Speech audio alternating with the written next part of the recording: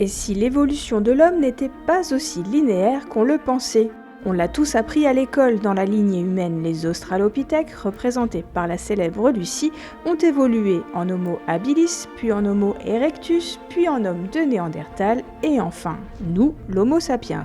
Mais cette hiérarchie serait fausse. En 2007 déjà, des scientifiques de l'University College de Londres avaient analysé des fragments d'Homo habilis et d'Homo erectus découverts au Kenya et ils en avaient conclu qu'ils avaient vécu côte à côte pendant un demi-million d'années tout en restant des espèces séparées et donc que l'une ne pouvait pas descendre de l'autre.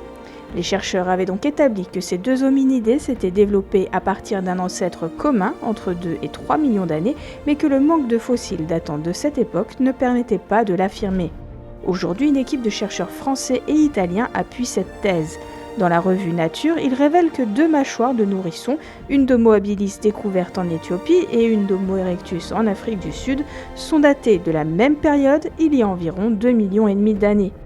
Sur le fragment sud-africain attribué donc à l'espèce Erectus, il y a même une ébauche de menton, inédite sur un fragment aussi ancien.